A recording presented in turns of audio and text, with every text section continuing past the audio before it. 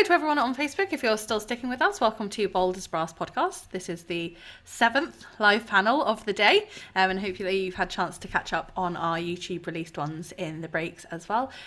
So yeah, we're very, very privileged to be here. In case you're watching further into the future, Friday the 28th of January 2022 is when we're releasing this fundraising podcast-a-thon. So we are here with Andy Kershaw and some of his amazing colleagues. I'm very excited to meet some of you for the first time, so thank you so much for joining us, and hello to the familiar among you.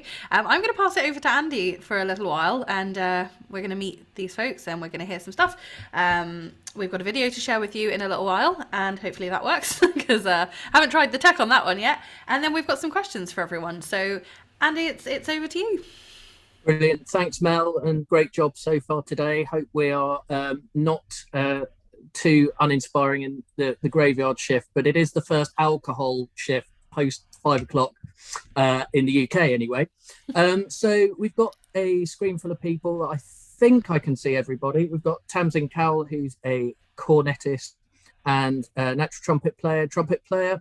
Steph Dyer, who's a fabulous sackbut and trombone player and member of His Majesty's Sackbuts and Cornets.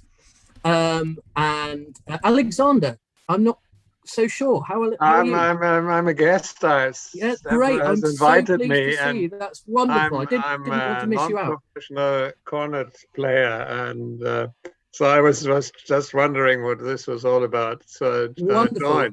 Great to have you on board. And of course, Richard Thomas. He's a cornet player and a extraordinarily brilliant keyed bugle player, and member of one of the how shall I put this? One of the two best 19th century brass ensembles in the United Kingdom. So there we go. So that's who we all are, and basically, I think pretty much we all split our careers fairly evenly between early music, playing on period instruments. Some of those are replica period instruments in the case of the cornets and sackbuts, and some of those are original period instruments in the case of 19th and late 18th century instruments that we all perform upon. I founded an ensemble called Queen Victoria's Consort, and I, along with Dickie, we quite prolifically collect original instruments as well, which we think it's quite important that people hear these things performed and brought back to life. So the two ensembles that we represent, both Prince Regent's Band and Queen Victoria's Consort, are doing that in slightly different ways, but you know, really sort of championing bringing that to life, and obviously Richard and Tamsin and Steph also playing very regularly in cornet and sackbut ensembles as well. So I think we should cover all the bases from sort of 1500s through to modern day, really. And is that Tim Hawes coming in? Yeah, Tim's just popped in. Well? And just to, as he emerges from the gloom, the fabulous trumpet and cornet player Tim Hawes as well, just joining us on the screen. So that's who everyone is and what we all do. Amazing. And so I wonder, some of you have been around the podcast before and are people that I've met before. I wonder if you all fancy telling us a little bit about what it is about the world of historical performance that is so appealing to you, and what it is you enjoy with your work in those sorts of spheres. So I don't know, Andy, do you want to go first, and then you can throw it around to other folk? Sure. I won't say too many things, otherwise, you know, we'll all say similar things. But for me, I always knew when I was at the academy that I loved the sound of the different instruments. I grew up listening to recordings of His Majesty's Sackbuts and Cornets and various early music and things like the Munro recordings and things like that, and just was always slightly, you know, sort of interested in those alien sound worlds, as it was to somebody who'd only sort of had a tuba to play on or a piano. And yeah, so I've always been really interested in history as well, of all different types. So I think how something evolves and exists when it never always existed, you know, is quite an interesting thing to me. So that sort of linked up with music, and I realised that you had to do quite a few things to put a career together if I wanted to carry on, playing every day or trying to play every day after leaving the academy. So that was what really caught me. But the sounds, especially of the cornets and the sackbuts and things like Shawms and all the early woodwind, were so different from anything that I'd heard. And then maybe in the mid 2000s, I started to discover some of the 19th century stuff that had been done, and the sort of predecessors of the tuba always fascinated me. And when I was at the academy, decided to go down the route of doing the Ophicleide and Serpent as well. So there we go. So I'm just going to go around in the order I've got the screen. So yeah. Steph, how about yourself? I know you studied at the academy after your degree. Well, that's right. Yeah, I mean, I've got a very short answer though. Why I got into historical performance? It's because I'm a closet jazzer. So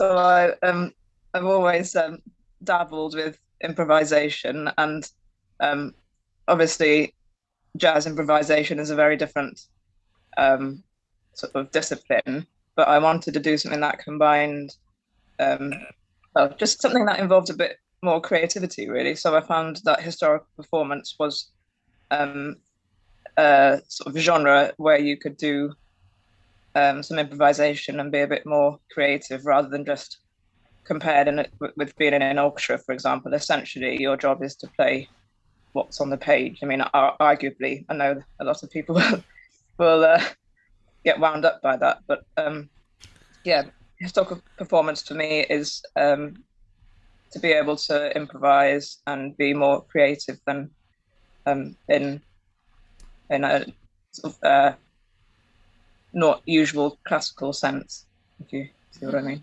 Well, certainly if you take it as far as a brass band, you're actively penalised for not playing exactly what's on a page. So, I mean, it couldn't be more different.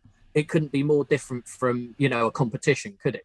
We're there to try and find lines, and especially with what you do, Steph, a lot of the time you're working with vocalists as well. So it actually takes us out of the world of just working with other brass players.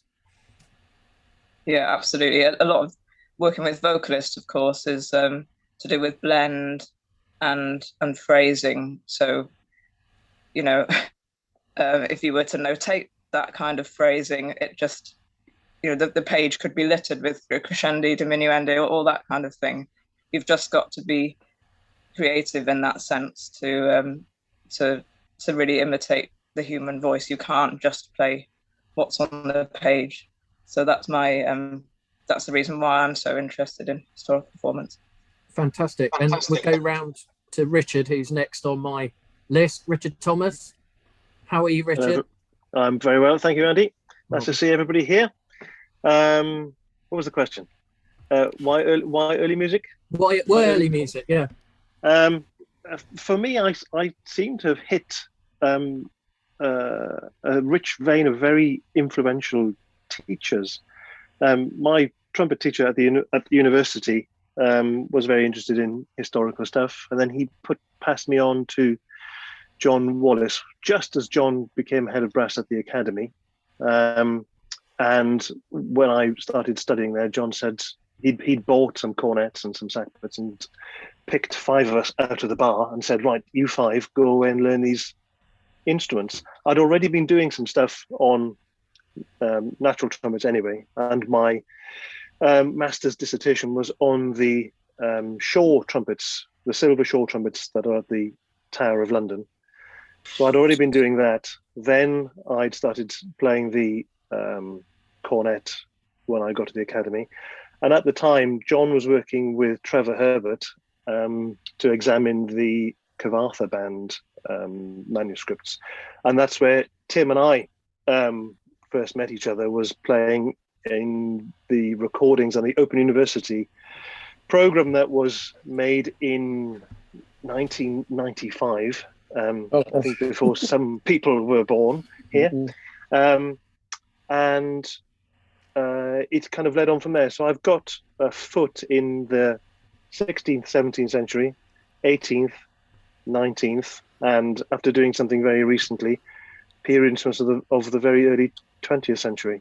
It just seems to be a bit of a compulsion to hear what might have been the sound that we replicate today on brand new instruments, and understand why the sound world was very different, and what has led to the development of the most modern instruments. What were the problems? What were the obstacles? How did people get around them? How did people interpret the music? It's a never-ending journey of historical interest. Yeah, there's always new things turning up, aren't there? You know, and like you said, one of the things that I really wanted to try and dispel was the sort of, it's not a myth, but the sort of thing you'd overhear from some of the skeptics, especially when I was at the Academy of, why would you want to play all that stuff? It sounds terrible. That's why the valve was invented, you know. We know now, you know, more than ever, that there were virtuosos on these instruments in every decade that they existed, you know. So we can't the people who were playing at the time were at the time the most modern people alive, and they were playing on the most modern equipment available at the time. It's not old stuffy music. When it was written, it was brand new. Exactly. Okay, and Tamsin, you're probably on as the youngest of us, I think, on the call. It's very scary to say. I actually I was playing for an orchestra the other day, and it was for some student composers at the Guildhall. One of my ex-pupils was one of the student composers, and I suddenly felt very, very old. But Tamsin, can you give us an idea of what sort of put you in, and how your experience of coming through college and into the early music was? You're still on mute, Tamsin, sorry. Hello. There you are. Incidentally, I was born in 95. I was 3 years old. Yeah, so I guess similar to what everyone said so far, actually, I did my undergrad degree at University of York, and then I went to Royal College of Music. And I think when I started college, I kind of missed the experimental side of music that I'd had when I was at York. Like, you get taught to play one instrument very, very well, but there's not necessarily always much room for sort of experimenting with your sound or creating different sounds or discovering new things, which I was kind of used to being at York University. So I started playing natural trumpet with Richard, and then was kind of pretty much cajoled into playing cornetto. And I think I just really enjoyed learning something that, although it's very historical, is also really experimental. Like, we still don't know how it would have been played, how it should have sounded. We don't know where it would have been played. So it's almost like everything we're playing it's new to people's ears today. And we don't know if it was the same as they did in the 1600s. So kind of, it's always quite thrilling knowing that there's no right answer, but you can still create something really beautiful. Yeah, and I'd say you're saying about that, something we're doing at the moment in QV, we've got some new music being written by a contemporary female composer, and I know that people like his Madge had quite a lot. I mean, Martin Harry wrote you a whole disc of music, of contemporary music to be played on, you know, because these instruments are still capable of making sounds that, you know, are different from other things. For example, Bernard Herrmann scores, there's a couple of Bernard Herrmann scores where he added serpent parts in just because he wanted something that sounded unworldly, and it really does that, you know. Apparently, the very quick story about that is the first score he used for the serpent, and the first entry he wanted for the serpent was a trill between a B and a C. Well, unfortunately, on a serpent, you play a B by bending down the fingerings of a C, so the two notes are the same. So it's like the worst thing you could ever be asked to do on a serpent is play a trill. Well, play a B for a start, but play a trill from a B is about as bad as it gets. Anyway, Tim's just fainted or something. No, he's back. Sorry, Tim. I'm trying to get the dog back in. Well, yeah, you can't have the dog on the Zoom because she'll steal the show. She's an absolute. We'll behave. We can have a look at the dog later. But Tim Hawes, just before he's too modest to say some of these things, was one of the trumpet players in the Philip Jones Brass Ensemble. So I think that certainly Tim's sort of been playing in some of the most fabulous ensembles, and I think small ensembles is something that these instruments are really, really good at doing as well, because sometimes they were invented for that very reason, and other times they just work well. But also, Tim, you did you then did quite a lot of early music, sort of almost right from the start of it becoming popular again, didn't you? Yeah, I've been playing the Nat so long, I'm not sure whether it is just going out of fashion or just coming into fashion again. No, I started playing the Nat with my mate David Staff back in the 80s, and we used to do the Franz Bruggen Orchestra together, and I loved playing the Nat. And what nobody said so far really is the benefit of playing an old instrument or the old instruments on your modern instrument playing. I still almost daily do my warm-up on the long B-flat Nat, because the temptation when you pick up a modern trumpet is to sort of fly up and down the chromatic scales and blah, blah, blah, and you can mask any issues that you've got quite, I can fool myself quite easily anyway. If you pick up a natural trumpet, it's either working or it's not. Your production's either right or it's not, and the sound's either right or it's not. So I find that playing the old instruments, the natural trumpet and the cornets that we use in QVC, which I'm pleased to say I'm getting quite a collection of now, each one of them comes with its own challenges. And I really love those challenges, and I love playing the instruments. And to get some sort of sense of what it would have sounded like, as Richard said, 100 years ago, 200 years ago, whatever it was, it is you're playing. That's a dog barking, by the way. Not yeah, me. that's all right. Sorry about that. It's fantastic to sort of get that insight into what these instruments were capable of.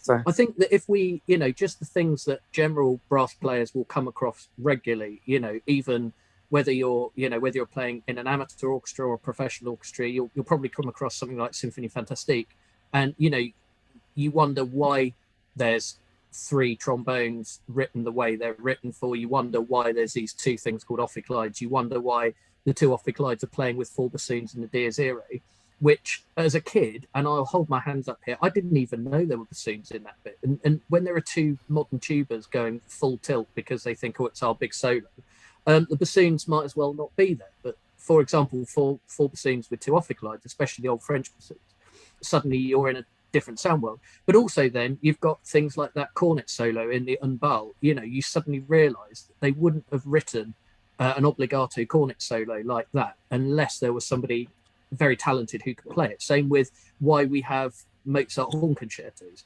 why we have Mozart extraordinary Mozart virtuosic pieces for the glass harp, is why did Strauss write horn concertos? Well, his father was a horn player. There are lots of things in brass playing where virtuosic players led there to be virtuosic music written and vice versa, or instrument makers or composers wanted these new sound worlds. I mean, Wagner's responsible for inventing some of the instruments, obviously, that we play. Adolf Sachs, of course, saw it as a commercial opportunity to make some money and then to lose it all before snuffing it. But yeah, so I think the whole history thing and the whole sound world thing and the whole interest in the people and the human side of it and the social history side of it, I personally can't extract the 2 from each other, the music side and the human history side. I think that goes hand in hand for me. Cool. Has everyone had I've lost track of who we've heard from and who we haven't. Have we missed anyone? I don't think we missed anybody. Do shout if we have missed you, by the way. It's not Yeah. intentional. There's just so many people on the screen. It does get quite complicated.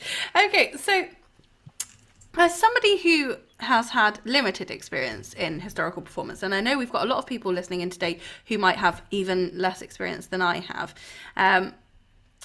one of the questions that we had sent in was, what's the continuing appeal for audiences to continue to hear performances by historical performers and groups?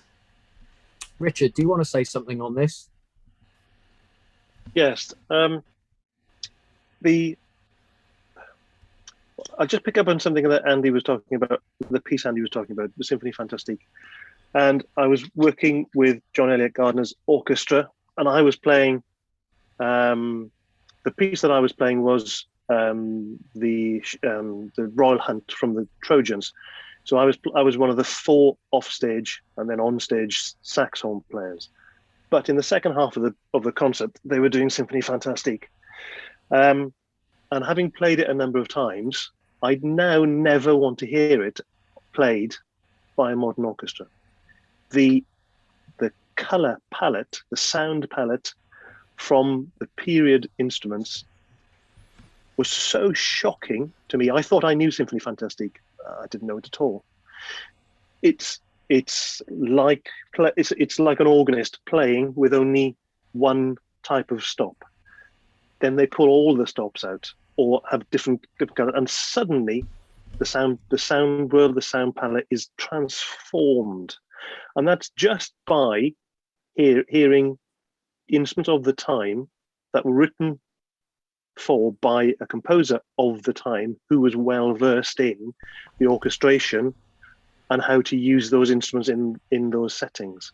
It was quite a shock to me to have that epiphany, having been in the sound world for decades already. Maybe I'm just too far in it to actually see the wood for the trees sometimes. And when I'm playing a cornet, I'm always trying to blend with the voices, and that's always what I'm trying to do.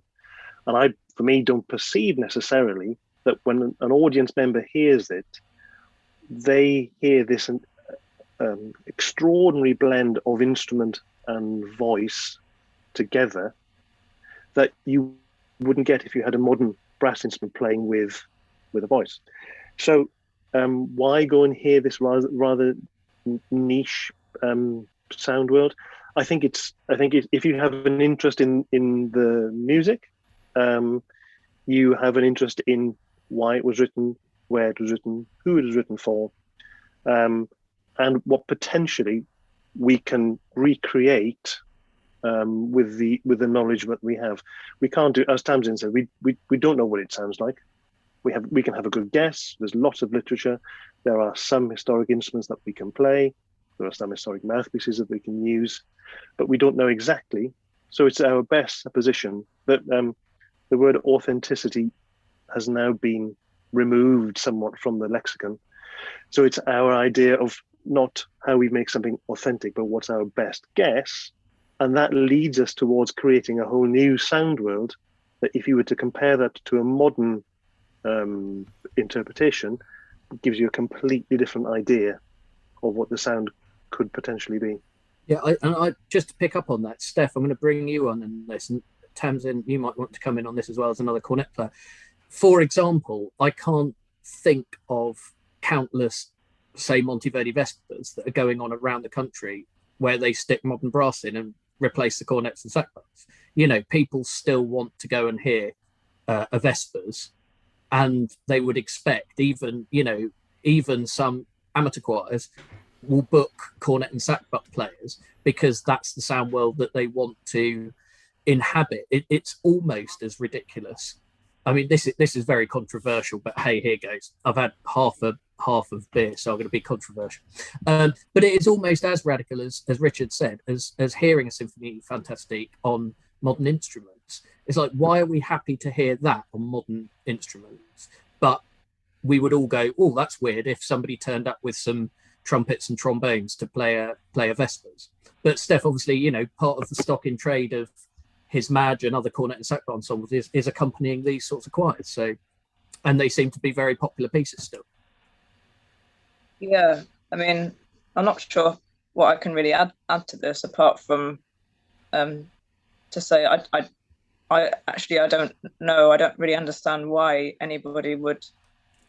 This is very controversial, but why would you want to play Symphony Fantastique or anything on modern instruments unless it's intended for those modern instruments?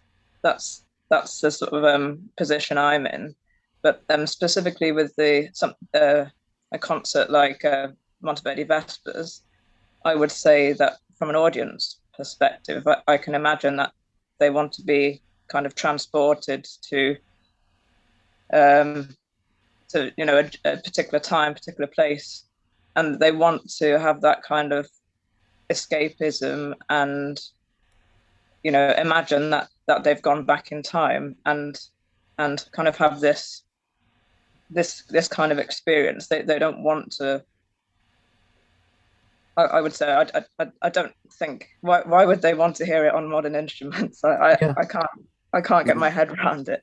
But I think basically it's all about the audience wanting a bit of escapism in a way, and going on a kind of musical journey, spiritual journey even. Yeah. Tamsin, how do you find the sorts of things where you play cornet or natural trumpet, the sorts of things that you do you still find that people are very sort of unaware of what you're doing or why you're doing it? Do you have to explain it a lot? Because obviously you are sort of,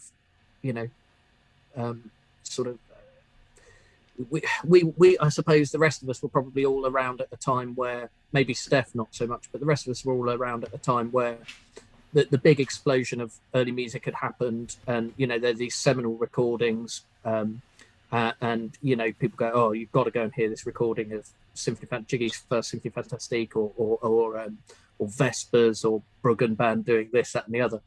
And then I genuinely think there was a slight lull because things had been done in inverted commas, and obviously John Wallace was doing such amazing things and still is doing such amazing and new things all the time with Wallace Collection. But I genuinely do feel over the last maybe 10 years or so that more new stuff is happening and people are coming up with new ideas again. Maybe that's just my sort of perception of it, but perhaps there are more opportunities to play in church services or to play in new ensembles. How are you finding that as a younger player coming into this world?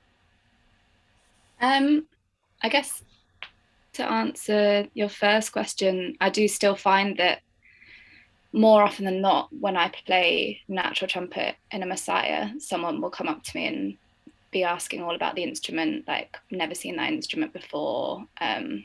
What is it? What does it do? Why are you playing it?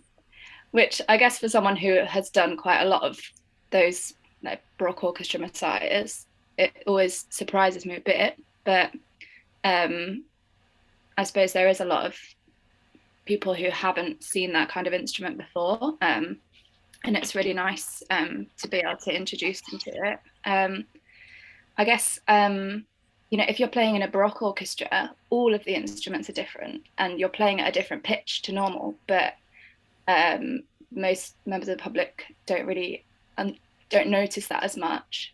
Like, to me, it sounds infinitely different playing in a Baroque orchestra as opposed to playing Messiah in a modern orchestra.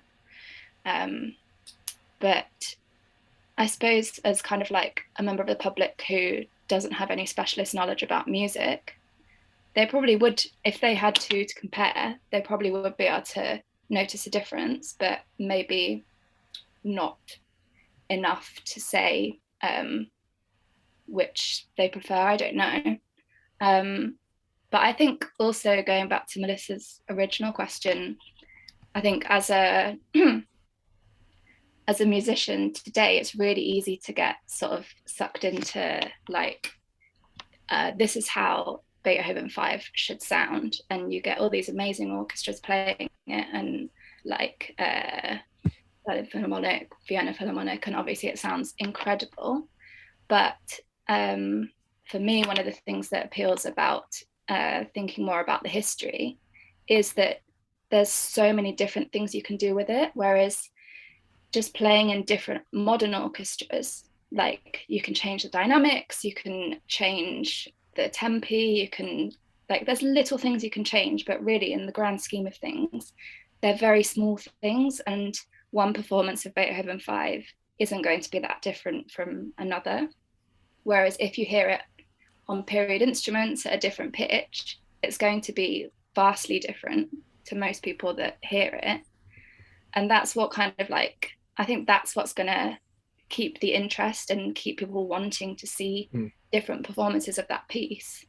Like, I think a general member of the public wouldn't necessarily want to go and see like 10 performances of the same piece played exactly the same way. No, I think you've hit something nail on the head, and also sometimes conductors that do choose to do things very differently. And two examples: modern orchestras, the LSO with Bernstein doing Verdi Requiem.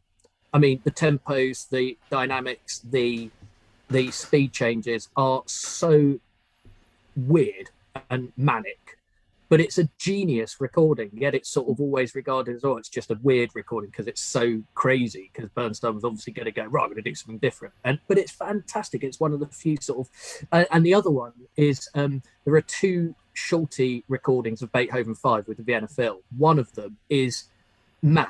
It literally sounds like Shostakovich 5, Beethoven 5,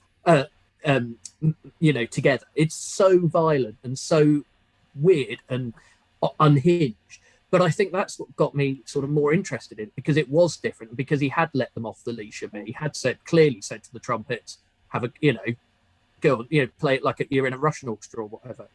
And who's to say that Beethoven wouldn't have wanted it like that? Like, yeah, absolutely. He's a crazy guy. That's what I wanted. Yeah, exactly. Yeah. Mel, I don't want to slur us up too much. I know we've got a few more questions.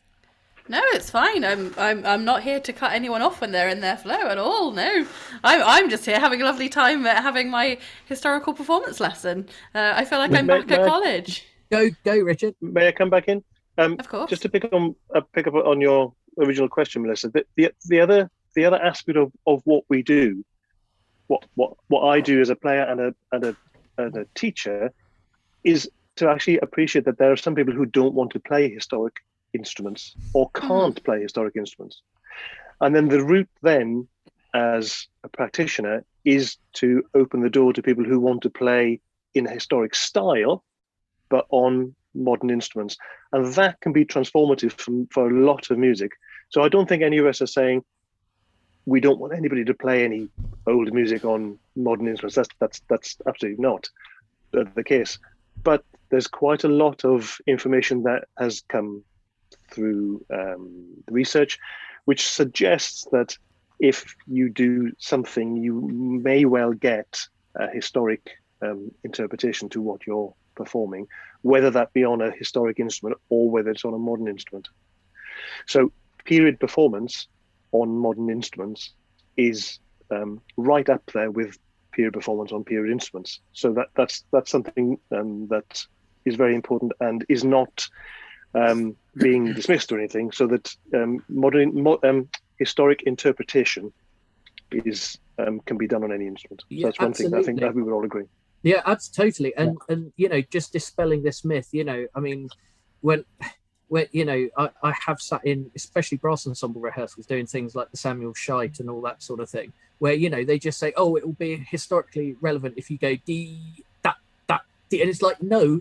You just because you're playing a modern instrument doesn't mean you have to do like a caricature version of what they think we do. You could actually, you could get some real insight from not just, because and some people aren't prepared to cope with some of the fragilities of these period instruments. Some people just want it to sound perfectly in tune, perfectly massive, or they and that's fine as well. But as Richard has just brilliantly pointed out, there is something you can do, is just to play it in a way that makes the music come alive and come off the page, rather than just sort of goes, oh, this is ye olde worldy nonny music, so dismiss it. And that's exactly, I really hadn't sort of thought about compartmentalizing it quite like that, Richard, but that's spot on. It's funny because, sorry, Tim, I've just cut you off. Go ahead. No, you're fine. I was going to say, it's funny, like I said before, I didn't do a lot of historical playing at college, but what they did do as part of our program was occasionally we'd have guest speakers come and talk to us about, you know, how we might inform our playing in general. And barely anyone ever turned up to those lessons. Richard, in fact, you were one of our lecturers at the time, and I remember being one of about 3 people in the class. It was fascinating. Don't look so scared. I really liked it. It was a while ago. I'm older than I look. This light is very flattering.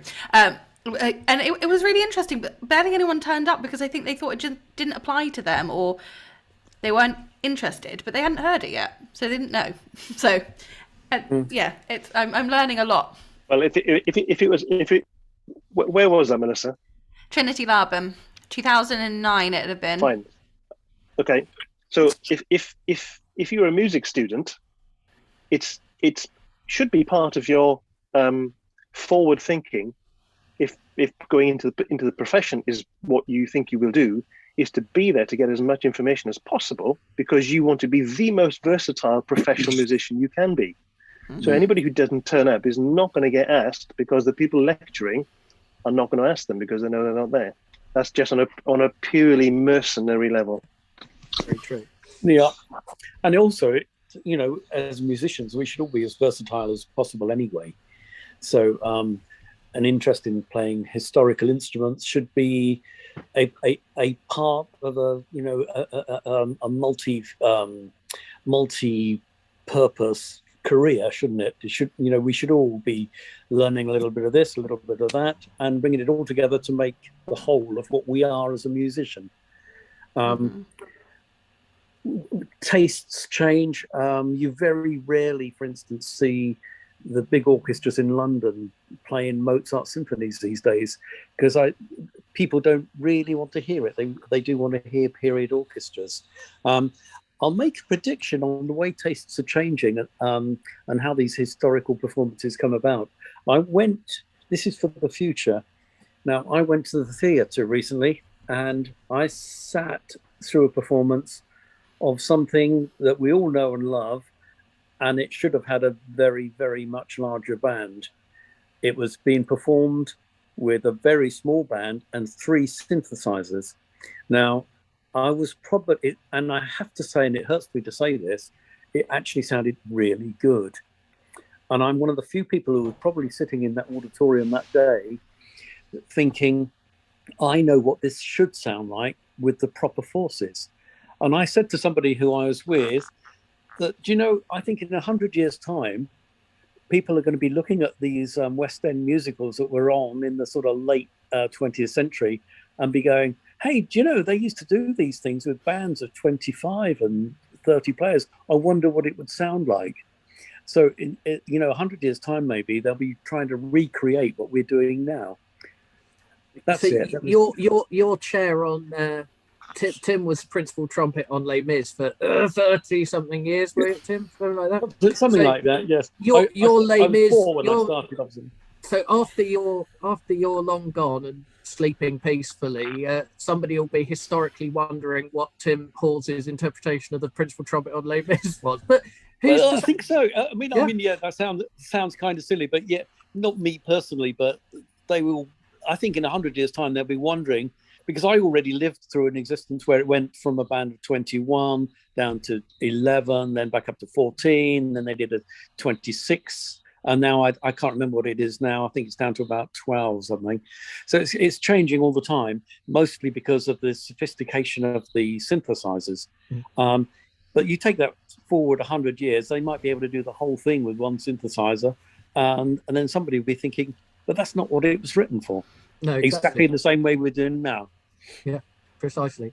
Mel, what's the next question on the list? I haven't got them right in front of me. It's okay. I'm going to hop ahead to the one that I've asked to all of my panels today, because the answer to these have been so different depending on the topic at hand. And then I obviously don't want to run out of time to share your video at the end. So the question I've asked, it's okay. We'll make sure we get that in. So the question that everyone has been asked today is, if money was no object and you had infinite time, that's it. That's the question. No, it's not. What is a dream project that you would love to either run or be involved in? Oh, it's a question that it makes everyone go, oh my God. What, Tim? You go first. We'll go the other way. Oh God, I think. Do you know, that's really stumped me. I think personally, if I had a lot of money, being a brass player, the best times I've had in my life, I think, and I've done a little bit of everything, but I've been involved with brass groups. I was a member of the Philip Jones, Wallace Collection, toured many times with London Brass, and I played with Prince Regent, and I've had my own brass groups. I think I would spend a lot of time and money promoting brass chamber music. That's where I'd go, because that's where I get the most fun. Very good. Who's next on your screen, Andy? I'm going to let you drive this one, because Okay, otherwise so we're going to get all Tamsin? tangled up. This is a bit of a really wacky one, which I probably wouldn't actually want to hear what it sounded like. But so tiny bit of cornet history. Was really popular in 1600s, and then it died out sort of 1700s, early 1700s. But it was overtaken by the violin. So I've always wondered what like a symphony orchestra would sound like with cornets instead of violins. I think it would probably sound horrendous, but I would just like to know. This is a wild idea that I love. Did Jeremy West put you up for that because he's got a load of Christopher Monk cornets he wants to shift? Got a job lot of cornets that he wants to flog to a whole symphony orchestra's worth of players. Mad. Well, funnily you should say that. I mean, David Blackadder's recent incarnation of Blackadder Brass, it has 4 cornets at the front playing basically violin parts and stuff from arrangements, and yeah, it's new and exciting. The other thing which Steph and I have been talking about recently is doing, maybe Steph should be telling you about this actually, but we've been talking about doing like a historic brass function band. So trying to like introduce it to very different audiences, and play like partly historic dances and partly like modern pop arrangements on historic brass, and like a historic rhythm section as well. So Steph, do you want to carry that through? Yeah, someone's going to get there first now. Thanks for spilling the beans. No, you're all right. No, it just reminds me of that joke. Is it how do you make $1 million in the music business? You start with 2 million. No, yeah, exactly. Yeah, Yeah. Yeah. Very true. But no, on a slightly more serious note, I think, yeah, if I won the lottery and suddenly had lots and lots of time on my hands, then I agree with Tim. Well, I think the way forward would be to just put on a load of self-promotion concerts, fund discs, just fund everybody's careers, essentially. I don't know if I'd have any specific aims other than to just give everybody a load of work and all have a fantastic time. That's what I do with infinite money and time. Yeah, absolutely. Richard? Because I'm going last, or nearly last, I've just had a little bit of time to think about this, and it might be a little bit disingenuous and a little bit political, but if I had unlimited resources and unlimited instruments, I'd try to share with as many people where the same thing as I had when I started. So I started in a mining community in the local brass band, where the band had the instruments, the local peripatetic used to come round and he used to conduct the band. So the county paid for him to come round. He had the use of the instruments. We all had lessons for free. The band would then benefit from us going to play with him conducting. The junior band would then feed into the senior band, and then there were all these musicians who were just being pumped out. So the way things seem to be going, free lessons in school, needs to be funded somehow. And I think that's where I would put my unlimited resources, so that the next level, which is Tamsin and Steph's idea that we all pay for our work, has throughput of individuals coming through. I think the way things are going are fairly dire. So we need to have free lessons for as many underprivileged kids as possible. Here we Yeah, are. absolutely. No, Yeah. I couldn't agree more. I just got in on the back of free instrumental lessons and having a tuba supplied for me, and a county in Bedfordshire which had 3 concert bands and 5 orchestras. And as a tuba player, I remember I got grade 6, which was enough to go up to the middle band, and I had to wait a year because there weren't enough spaces, because there were 4 tuba players in each of those counties. Where are those bands now? They don't exist. They've all been decimated. And somebody as amazing as Michael Rose, who set those up in the 1970s, who's still going very, very strong, aged 87, I think, just had his birthday, and sits there thinking, well, why isn't this still happening today? And we had a concert for his 75th birthday where people that had been through those youth orchestras or the BBC training orchestra that he used to also take came back to play, and that orchestra was made up of all of the pros that had been through Michael's 2 youth orchestras. And it's one of the best orchestras I've ever played in. I mean, both Mike Hext and his brother were in the trombone and percussion, and Tom Winthorpe and Philip Bainbridge, just loads and loads of people. Look, amazingly, loads of early people as well.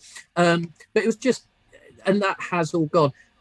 Very, very quickly, just to put my last bit in for funding, is that what I would like to also fund is for brass ensembles, like a bit like Tim was saying, to actually travel around. I mean, if you can, it's just unbelievable to us that a group like Philip Jones was going out to places like Japan and doing huge tours that were all broadcast live on TV.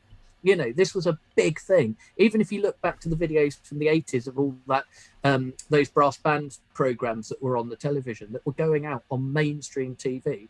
And the last thing we had of any sort of mainstream brass was Listen to the Band with Frank Renton, and that sort of got pushed to about 10:30 at night on a Monday and then disappeared. And I know a few things are now coming back into the mix. But if we could, I mean, this will link nicely to the video that Melissa's about to show us, but we've just taken part in a project, Richard, Tim and myself, where we put our 2 historic brass ensembles together to form a 10-piece. And we're playing on some fairly lovely instruments to play from the period that, by a very famous maker. But the 2 days we had, and I'm sure I'm speaking for the other 2 as well, or they're just putting a brave face on it, were absolutely joyous. Really, really buzzy. You were just having some fun. We're having a few laughs when the inevitable accidents happen with these instruments because they're all ancient. But we're also enjoying doing what we're doing. And I think if we could, getting things funded is becoming impossible. I mean, both Richard and I have both had quite hefty amounts of time spent in the last year or 2 making funding bids that haven't come off because there is a massive blind spot when it comes to brass. Specialist early music funding was set up a year ago. I'm not going to name names, but it did make me quite angry. They were quite happy to fund concerts that happen day in, day out. Let's fund another, let's say it's a Messiah. I don't know what it was exactly, but those Messiahs will happen anyway. A new project that's different and brass won't happen unless we get funding. And if that funding doesn't come our way, we simply have 2 options. We either don't do the projects or we all do it for free and we don't pay our mortgages. And that's not flippant. That's the case. I literally have to phone people up, as does probably everyone on this screen from time to time, and say, really want to do this project. I'm trying for funding. Bear with me, but do we do it anyway and see what we can get done? So clear this funding gap, clear this idea that the only things worth funding are things that tick the fundraisers boxes that they've put in place, which don't actually apply to the wider world of music, and introduce people to something that's a bit different. Yeah. Rant These are over. all, no, not at all. These are all very, very good points. So, just because I'm keeping an eye on the time, will Yeah. I pop the video up now before we say bye? Let's so that do we it. can see everything. Oh, I'm so bad at This is an screen sharing. exclusive. It's only going live this evening, so we thought we'd share the exclusive with you. This is very exciting. I feel very privileged. I'm terrible at screen sharing, so I. Me too. That's why I made you do it. I know what I know just how that there we works. are. There we are. There you are. I hope this is going to go fine on the live as well, which I've got on my phone. So fingers crossed.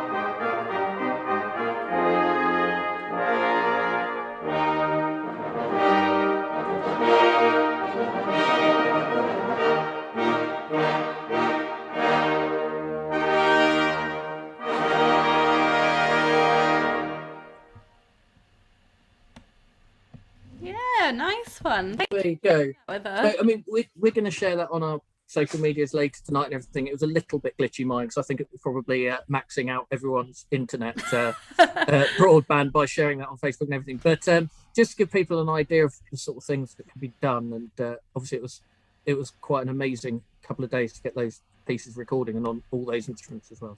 So. Amazing.